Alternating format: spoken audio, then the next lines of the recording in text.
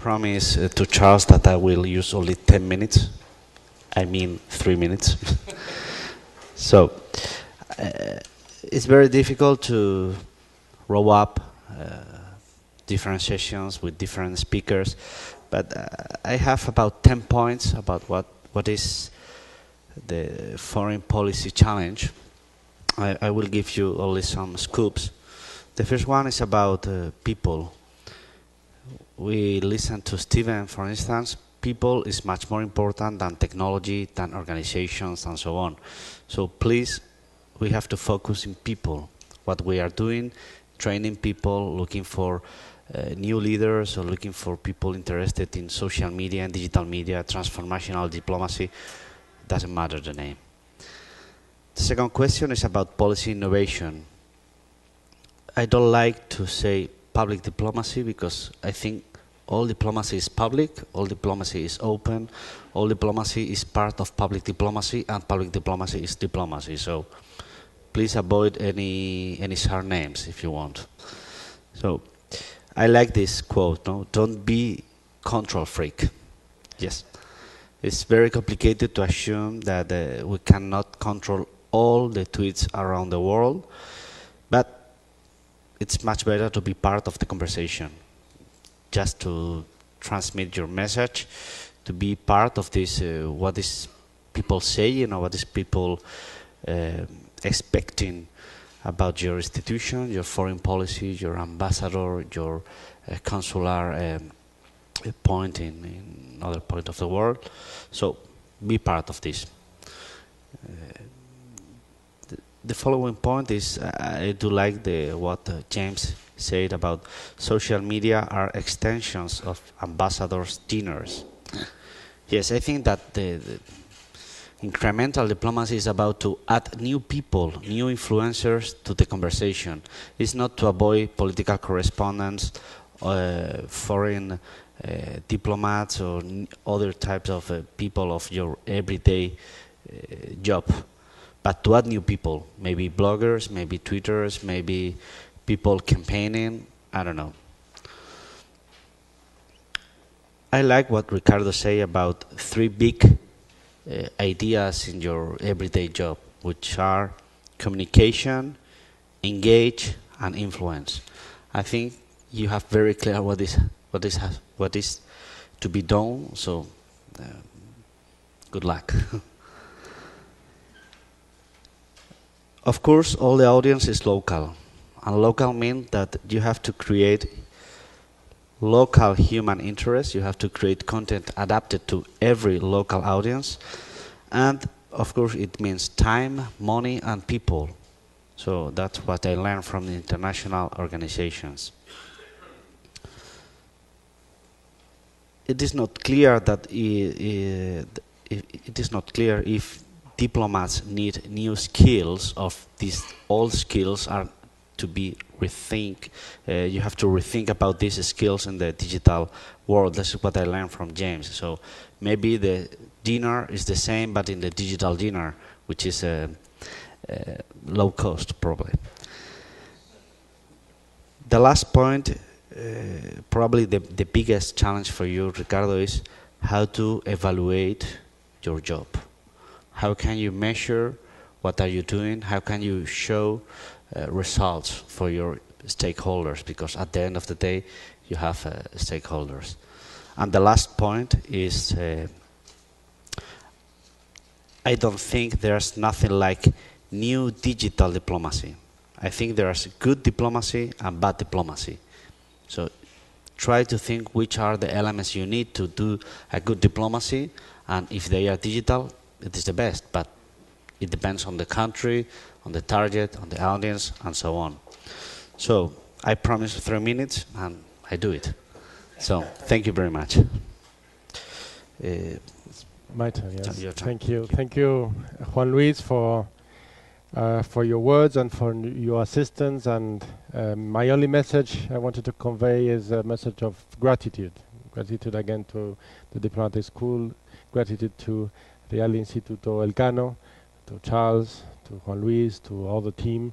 They have been wonderful, also helping us to to build this seminar, and of course gratitude to everybody who has been present today, to both experts and think tanks, to the ambassadors. I think we had a pretty interesting session with personal comments, with a personal touch, even from the part of the ambassadors, and that's also something I wanted to thank. And I believe that it has been a very positive input also internally for us in the Ministry of Foreign Affairs, because some ideas we will not only analyze them but also try to develop them. And again, thank you for coming, and also those who are following us via streaming, thank you for your comments. And I know that some comments went through Twitter, so we'll be reading them very carefully and with all the interest when we are back to the office. So thank you again. Is Charles? Thank you. I'll be very brief as well. I just wanted to take this opportunity to thank our hosts, the Spanish Diplomatic Academy, the director and the deputy director, Emilio Pérez de Ágreda. I want to thank Ricardo Díez-Hochleitner for his personal involvement in this project. This is very much his baby. And I'm very grateful to him and his team for the wonderful work they've put in.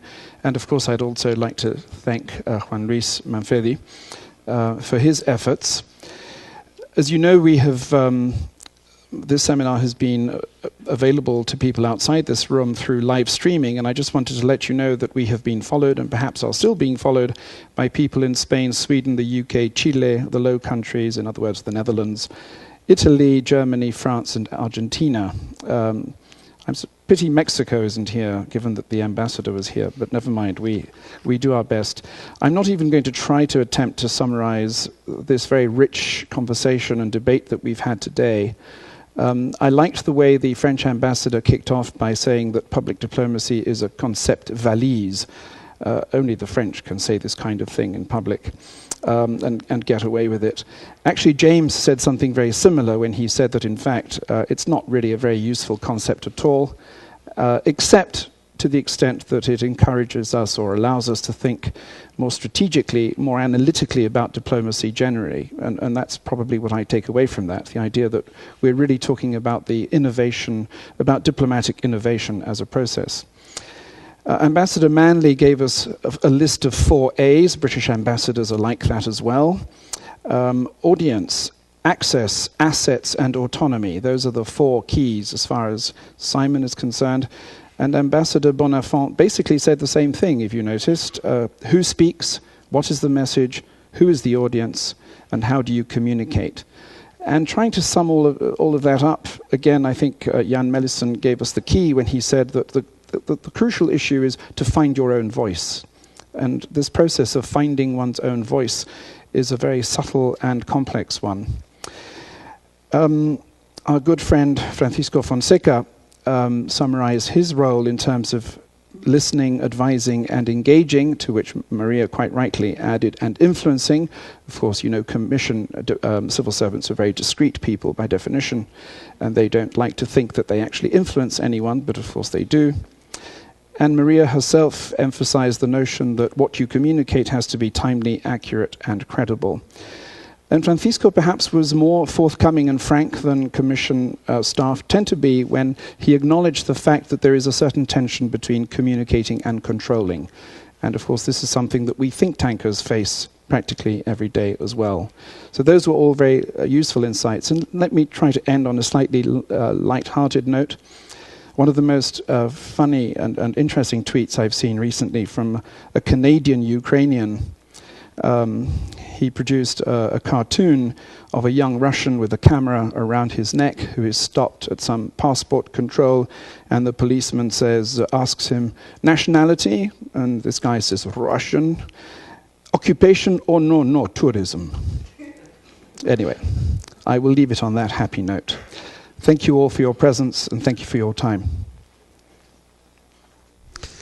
Well, thank you very much. Now we've really come to the end. As representative of the diplomatic school, we've talked about the 4 A's, we've talked about others. I've jotted down E, F, and P, and that is the job of the Diplomatic Academy. E for enablers, F for facilitators, and P for promoters. And I think our job today has boiled down to these three things. It was said at the beginning that Spain had been a latecomer to this public diplomacy affair, but we were, as we say in Spain, we were tackling the bull's horns with all our strength, and so we want to be, if not at the forefront, but at least to be very good achievers and very good gestores, as we say, in this area. So the diplomatic school is here to do these three things, to facilitate. I think it's been a wonderful job from the Ministry of Foreign Affairs, the other part of the Ministry of Foreign Affairs, and the Elcano Institute. And so I think being an impartial observer sitting at the back since this morning, I've seen a lot of noddings and I've seen a lot of good smiles. And so I think people are going to leave this room happy with what they've heard. And as they say, please stay tuned to this channel. So thank you very much, all of you, for coming. I hope you've had a good day. I hope you've had a fruitful day. And I hope that we've given you, in this important digital session, which has been in 3D and totally in real time, apart from the people that can see us from Argentina. They've come in late, of course, because of the change. So we didn't see any feedback from Australia or New Zealand because they're already in tomorrow. But anyway, thank you very much, and I hope you've heard all these wonderful people speak, and you go back to digest all this food for thought that you've had. So thank you once more, and until the next time. Thank you.